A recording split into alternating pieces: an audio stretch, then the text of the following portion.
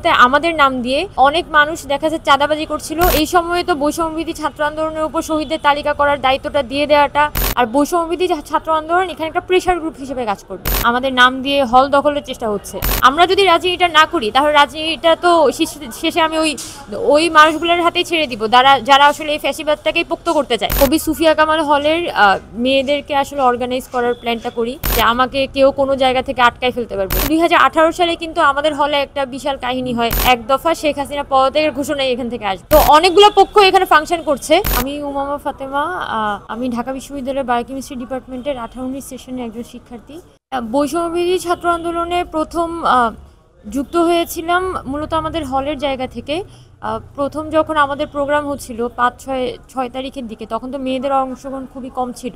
Even 9 June যখন আমাদের প্রথম যখন একটা প্রোগ্রাম হয় টিএসসিতে আমাদের সমাবেশ হয়েছিল, সেখানে প্রায় 2,500 স্টুডেন্ট ছিল। আর ওখানে হাতে কোনো 100টা মেয়েও ছিল না, আরও কম ছিল, 50টা মেয়েও ছিল না, এত কম মেয়ে। তো তখন আমি আর আমাদের হলের একজন রুকু আক্তার, আমাদের জাস্ট দেখা হয়ে যায় মিছিলে।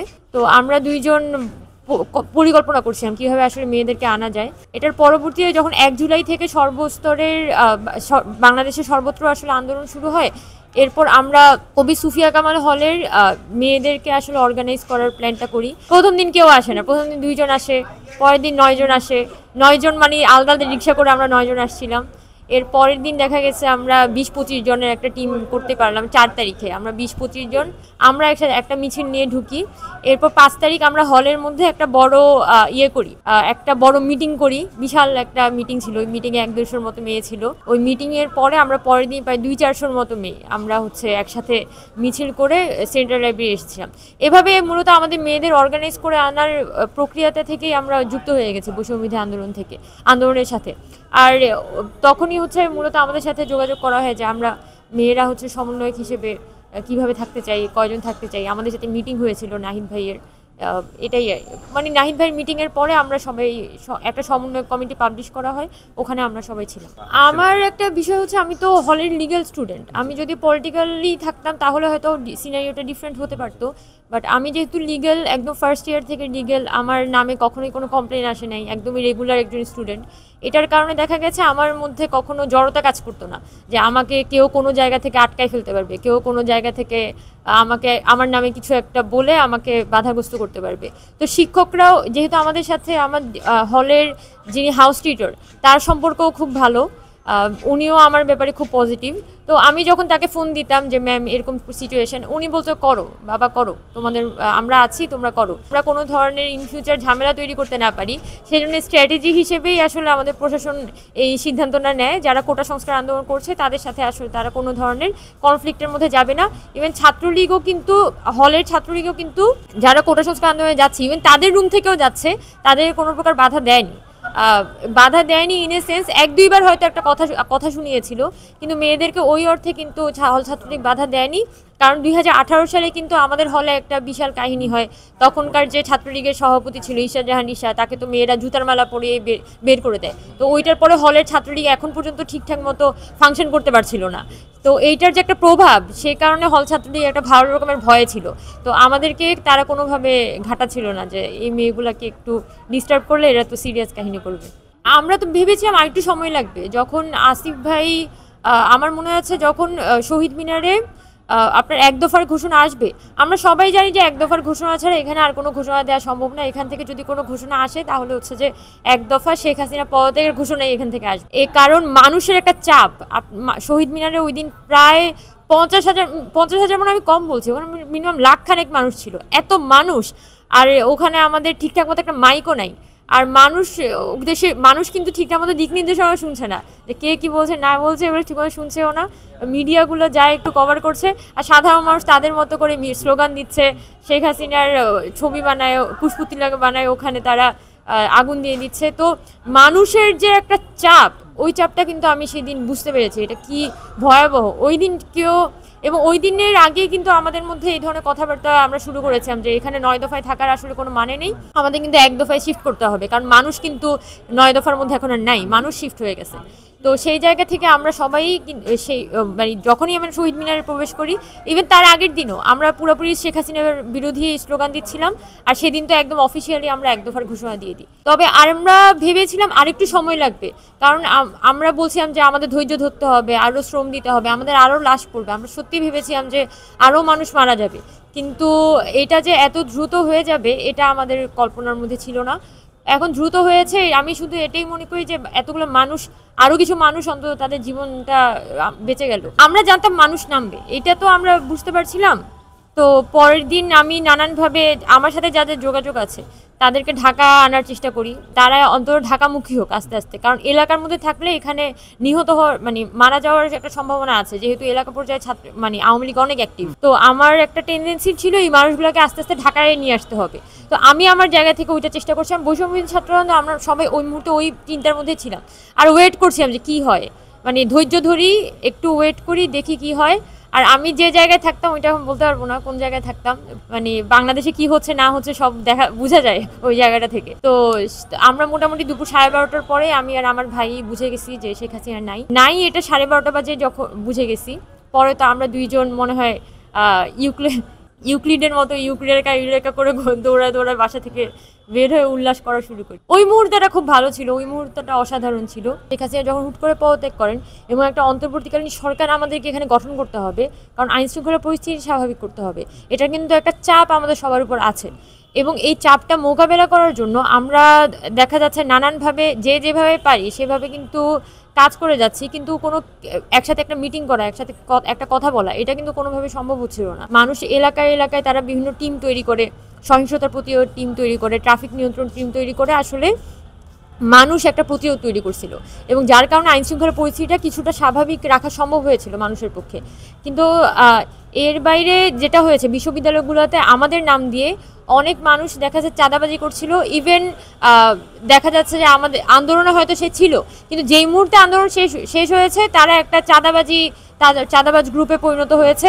আবার আরেকটা গ্রুপ আছে যারা হলের মধ্যে ছাত্রলীগ করতো, যেহেতু 5 আগস্টের পরে তাদের যেহেতু কোথাও স্পেস খুঁজে নিতে হবে, তাহলে বৈষম্যবিরোধী ছাত্র আন্দোলনের মধ্যে তারা তাদের স্পেসটা খোঁজার চেষ্টা করছে।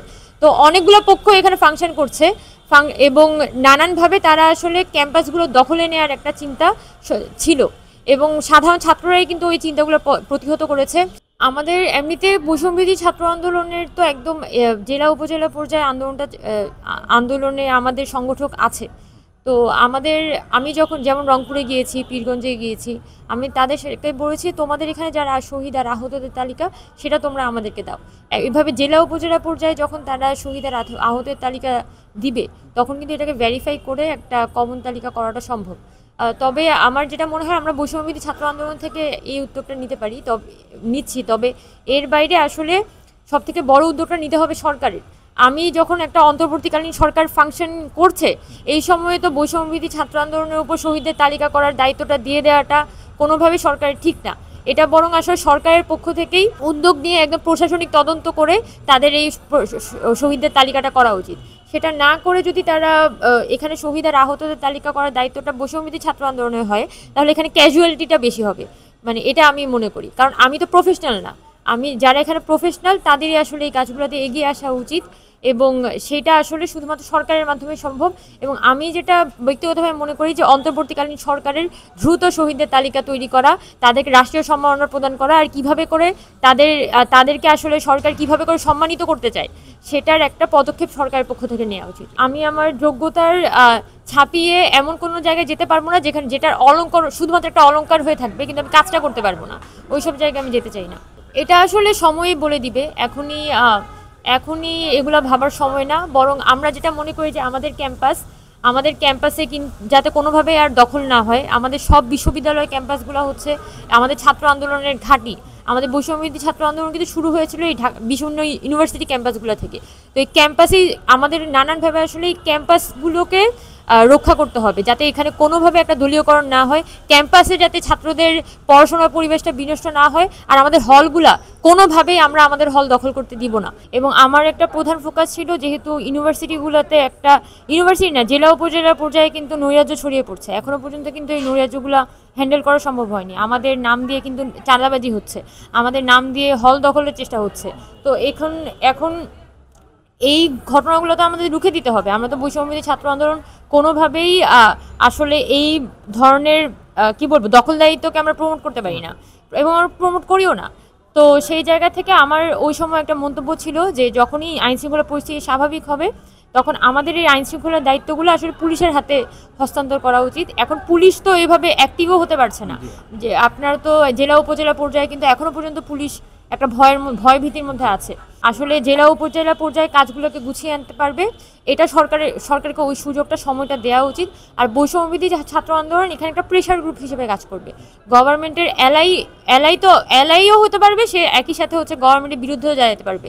এই ধরনের পজিশন যাতে বৈষম্যবিরোধী ছাত্র আন্দোলনের থাকে এবং সে যাতে জনতার একটা মুখপাত্র হয়ে থাকে, এটা হচ্ছে বৈষম্যবিরোধী ছাত্র আন্দোলনকে যদি তার থাকতে হয় তাহলে এই ফর্মে থাকতে হবে। এখন এখানে তো শুধুমাত্র ছাত্ররা আন্দোলন করেছে এরকম না, এখানে জনতা আন্দোলন করেছে, শ্রমিকরা আন্দোলন করেছে, শিক্ষক, বুদ্ধিজীবী, নানান মানুষ তারা কিন্তু তাদের মতো করে এগিয়ে এসেছিল।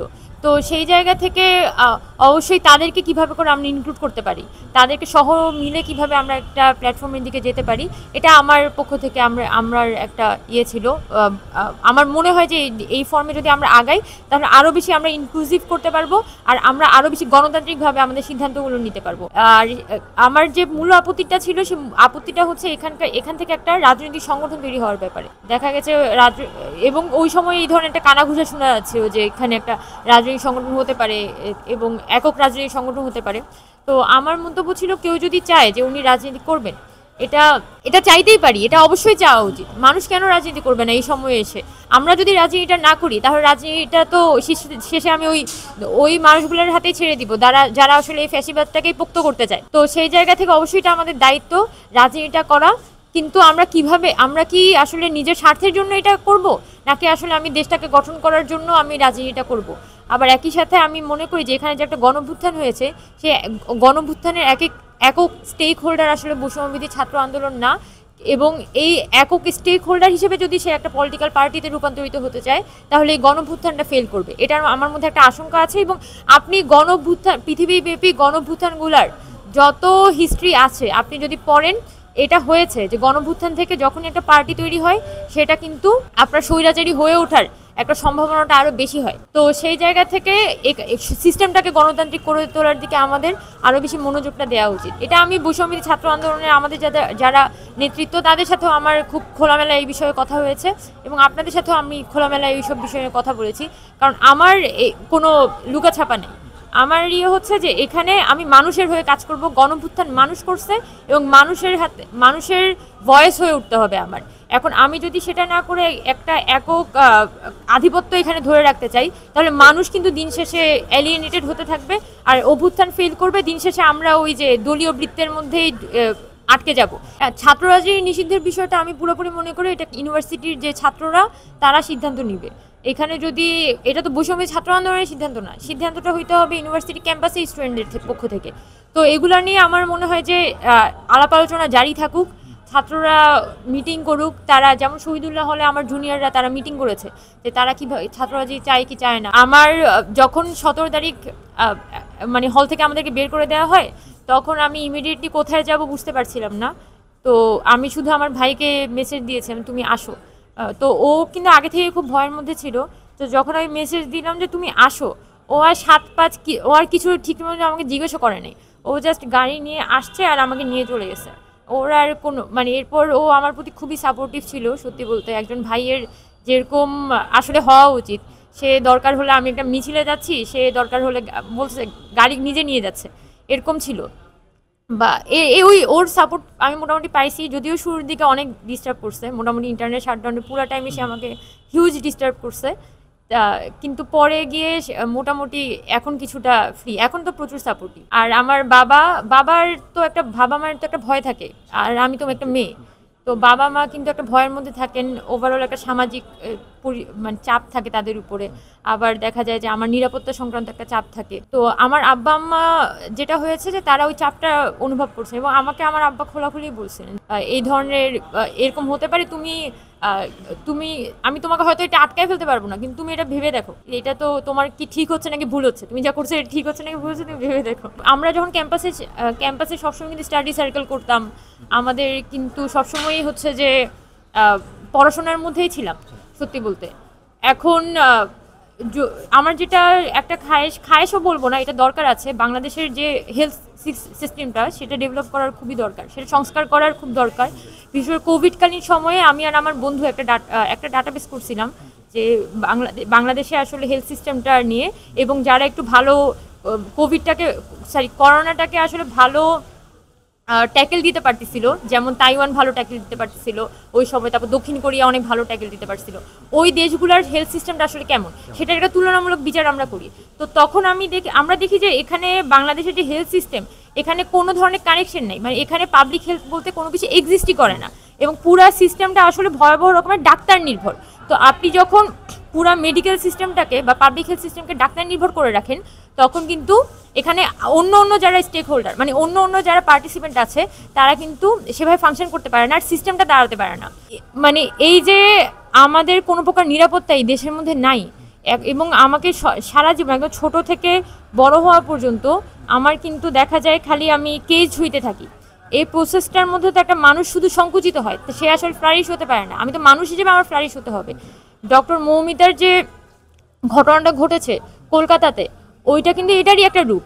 উনি একজন পড়াশোনা করেছেন, উনি একজন ডাক্তার, উনি ডিউটি করছেন 36 ঘন্টা, ডিউটি করার পরে উনি একটু রেস্ট নিতে গিয়েছেন, ওই সময়ে তাকে ধর্ষণ করা হয়, এবং ধর্ষণ করার পরে তাকে যখন হত্যা করা হয়েছে, তার যে এরপরে কি তার হাসপাতালের প্রধান বলছে উনি রাতের বেলা ওখানে কি করছিলেন। তো এইটা তার মানে সে যতই পড়াশোনা করুক না কেন, যাই হোক না কেন, সে যতই সামাজিক কাঠামোর উপরে থাকুক না কেন, তাকে কিন্তু এই সিস্টেমটা সবসময় একজন নারীকে সে কিন্তু এলিয়েনেটেড করে রাখবে, এবং নারীর কোনো ন্যায় বিচার তারা মানে বরং ধর্ষণ হলে বা সে যদি যৌন হয়রানির শিকার হয়, প্রথম আঙ্গুলটা কিন্তু নারীর দিকে উঠে। তো এই সিস্টেমটাকে তো চেঞ্জ করতে হবে।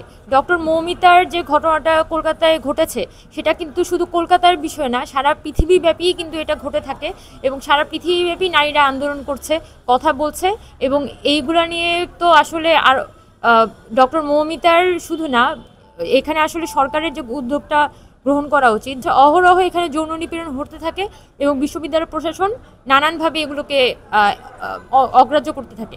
কিন্তু এখানে একটা সুষ্ঠু যৌন নিপীড়ন বিরোধী সেল তৈরি হইতে হবে প্রতিটা ইনস্টিটিউশনে। আবার একই সাথে আপনার বিগত 15 বছরে যত ধর্ষণ ও হত্যার ঘটনা ঘটেছে, সেগুলোর বিচার আসলে সরকারিভাবে করতে হবে।